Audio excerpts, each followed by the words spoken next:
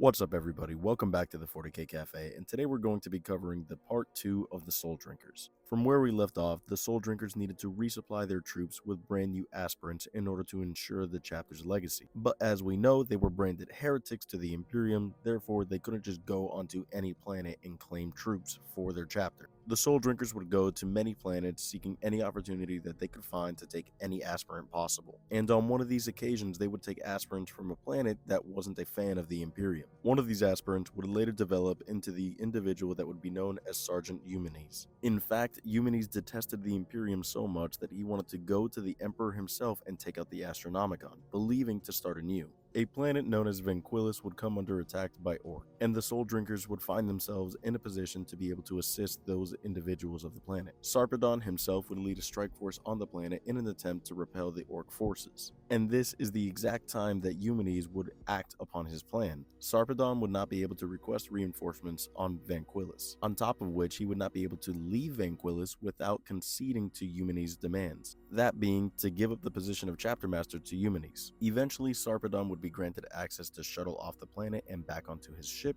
Almost immediately, he would be thrown into the brig, but he wouldn't remain there long as he would find an opportunity to escape, locate, and then do battle with Eumenes.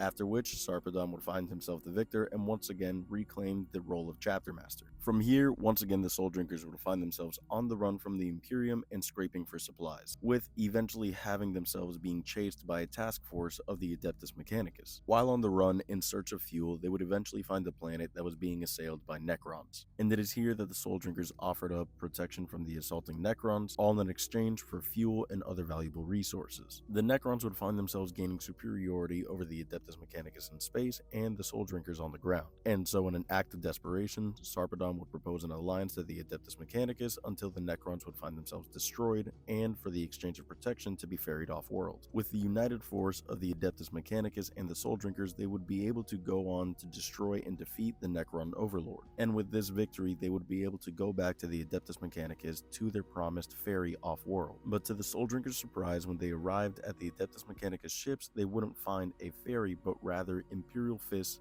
landing and waiting. Captain Darnath Lysander was there in waiting, who was ordered to capture Sarpedon and his renegade Soul Drinkers. Sarpedon, in typical fashion, would challenge Lysander to a duel, and Sarpedon ordered that should he be defeated, all the Soul Drinkers would surrender and comply with the captain's orders. Seeing as the chapter master of the Soul Drinker had just finished defeating a Necron overlord and nearly was vanquished in that battle, the captain of the Imperial Fist would have no difficulty quickly dispatching of Sarpedon. Though Sarpedon was defeated, he would not be vanquished. Him, along with all the Soul Drinkers, would be captured and taken into Imperial Fist custody to await trial. But to find out what happens here and next, you're going to have to wait for part 3.